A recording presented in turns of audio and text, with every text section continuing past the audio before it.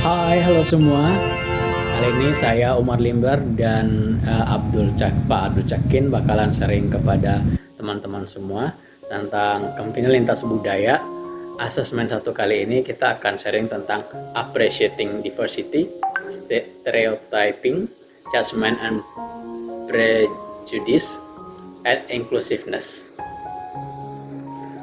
Saya akan menjelaskan dua bagian. Yang pertama yaitu appreciating diversity and stereotyping. Apa itu? Kita lihat.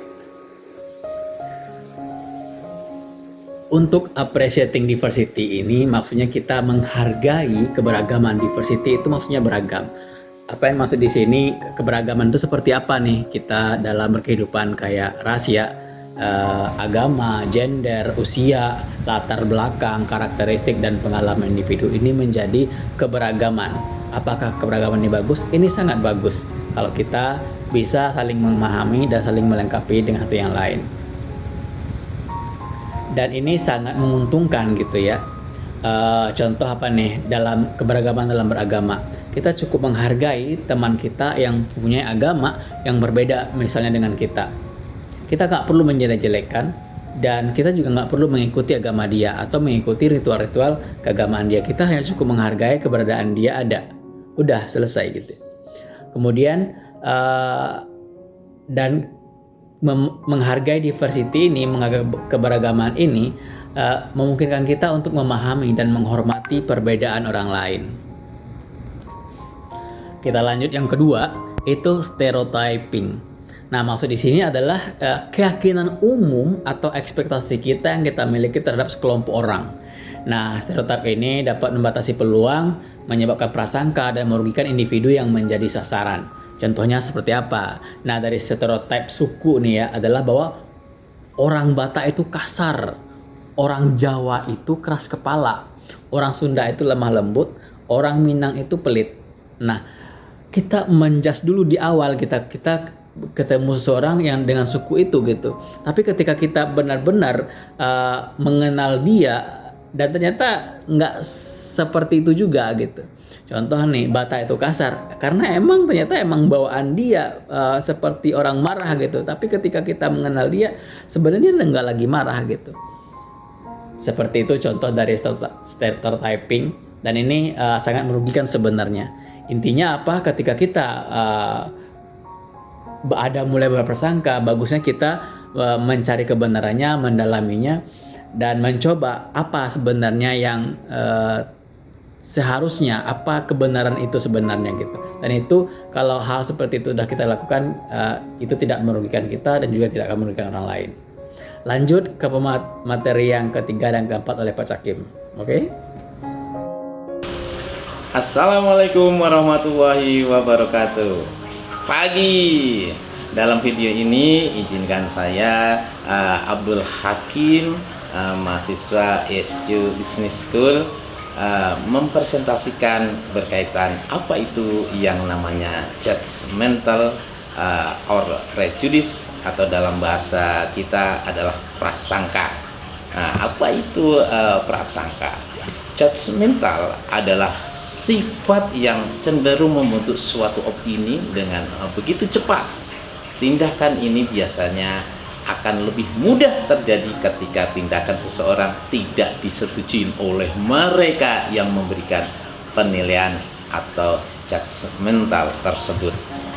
Perilaku menghakimi seseorang secara sepihak adalah tindakan julid. Sedangkan untuk kata julid itu sendiri berasal dari bahasa Sunda, yaitu bin julid, atau bisa diartikan sebagai sifat iri, dengki, atau satu sifat kekanak-kanakan ketika menghadapi sesuatu.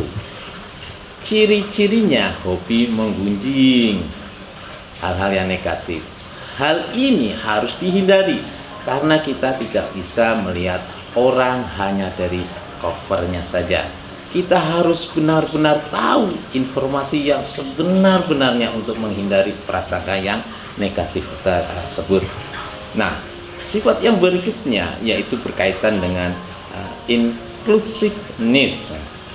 Inclusiveness adalah pendekatan untuk membangun dan mengembangkan lingkungan yang lebih terbuka. Sikap inklusif bermanfaat untuk menerapkan dan memahami masalah.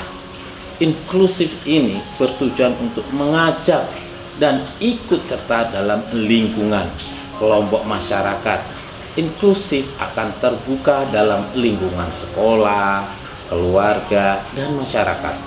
Contoh sikap inklusif di lingkungan yaitu sikap hormat dan kepada yang lebih tua dan menghargai ke yang lebih muda. Nah, dua hal sifat ini yaitu berkaitan dengan prasangka atau judgmental or prejudice ini contoh dalam kehidupan sehari-hari contohnya ya. Ini masih ada istilah yang lagi booming ya terkait apa itu namanya flexing gitu ya. Nah, begitu ada yang flexing, orang yang belum tahu persis maksud dan tujuan yang melakukan itu kadang-kadang sudah berprasangka yang jelek aja. Wah, jangan-jangan itu yang dikenakan, yang digunakan adalah hasil-hasil dari korupsi, jangan-jangan itu dari hasil-hasil yang tidak halal. Nah, kadang-kadang kita langsung menjudge demikian tanpa mengetahui persis sebenarnya apa niat orang tersebut. Kita belum tentu paham, kita belum tentu tahu persis. Bisa juga yang bersangkutan niatnya adalah untuk menghargai lingkungan, untuk sesuatu maksud yang lebih baik. Bisa juga kan sifat kayak promosi gitu ya. Untuk promosi kan harus meyakinkan para auden. Wah, ini supaya kelihatan lebih prestis, elegan, dan citranya juga lebih baik, sehingga untuk untuk semacam promosi itu akan lebih menggait kepada orangnya. Jadi di sini masalah flexing itu tergantung dari kita harus tahu persis orang itu niatnya apa. Kalau niatnya positif, ya kita berarti tahu oh niatnya seperti itu. Jangan langsung berprasangka yang negatif atau kita menjustis, menghakimi hal-hal yang kita sendiri belum tahu persis apa maksudnya. Kecuali kita tahu persis. Nah, itu pun kita juga nggak boleh ya nggak berkenan hal-hal yang komunikasi yang negatif. Kita berprasangka yang baik-baik aja, jangan berprasangka yang buruk. Demikian ya. Ini contoh salah satu contoh gitu. Bisa juga kita pada saat ini ya mahasiswa sedang melakukan di kelas Zoom online gitu. Kadang-kadang rekan-rekan ada yang langsung on cam gitu, ada juga yang off cam. Nah, yang on cam melihat temennya yang off cam, wah ini jangan-jangan lagi di mall ini lagi jalan-jalan sambil Zoom itu kayaknya kurang ini. Jadi punya prasangka-prasangka yang negatif.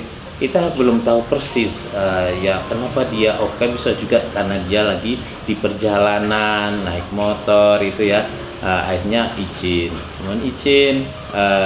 off-cam karena sedang di jalan. Di sini termasuk sikap atau perilaku kita, bagaimana caranya supaya orang lain itu tidak memiliki prasangka yang negatif. Makanya perlu ada info-info yang positif. Nah, kadang-kadang sudah kasih info aja masih ada prasangka yang negatif. Nah, itulah namanya manusia. Prasangka-prasangka ini upayakan kalau bisa jangan prasangka negatif itu jangan ditimbulkan. Kita berprasangka yang positif-positif aja supaya kita hasilnya juga positif. Karena kalau kita prasangkanya negatif ya sama aja mendoakan yang negatif gitu kan. Nah, itulah salah satu contohnya berkaitan dengan prasangka atau judgmental or prejudice gitu. Nah, berkaitan contoh-contoh yang sifat inclusiveness atau kita saling menghargai kepada yang lebih tua, menghargai sesamanya, baik itu yang terkait dengan yang seakidah atau tidak. Di sini kita adalah hubungannya hablum minan nas, yaitu hubungan manusia dengan manusia. Kita harus jaga sikap dengan akhlakul karim. Kita adalah hubungannya hablum minanas, yaitu hubungan manusia dengan manusia. Kita harus jaga sikap dengan akhlakul karimah tanpa kita melihat dia statusnya, baik itu dia anak-anak, dia sepantaran dengan kita, dia lebih tua, atau tidak mengenal status sosial, dia orang kurang berada, dia orang yang berkecukupan, dia orang yang berkelebihan, dan orang kaya raya. Kita di sini tidak membeda-bedakan status sosial tersebut.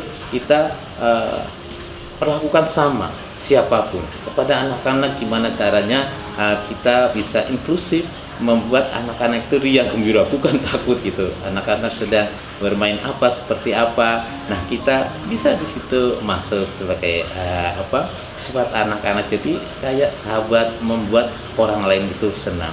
Kepada sesamanya yang sama-sama seumur, kita saling menghargai gitu.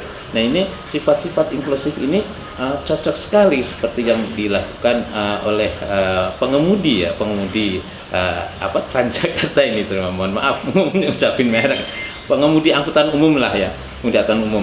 Dia harus memiliki sifat inklusif. Contohnya, begitu dia bawa anak-anak, dia niatkan untuk ibadah. Saya akan mengantarkan anak saya ke tempat tujuan dengan selamat. Mungkin dia mau nyari ilmu, mau sekolah, hingga nyampe tujuan dengan selamat. Ini sifat inklusif.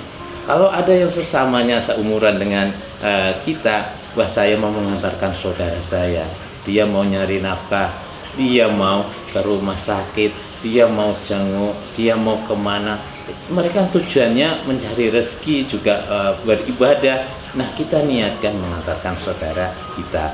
Jadi anggap mereka itu adalah keluarga kita sendiri. Anak-anak sebagai anak kita sendiri, yang seumuran anggap dia saudara kita, kakak adik, apalagi yang lebih tua ya, bapak, apalagi ibu. Nah, itu apalagi bagi siapapun di situ, misalkan orang tua kita sudah nggak ada di alam kubur sono, kita dulu mungkin belum pernah ya mengabdi maksimal terhadap ibu kita sendiri. Disinilah sisa-sisa umur kita adanya, kita kan dari orang tua, dari ibu. Kita niatkan begitu melihat orang tua atau ibu kita, niatkan saya mau mengantarkan ibu saya sampai tujuan dengan selamat.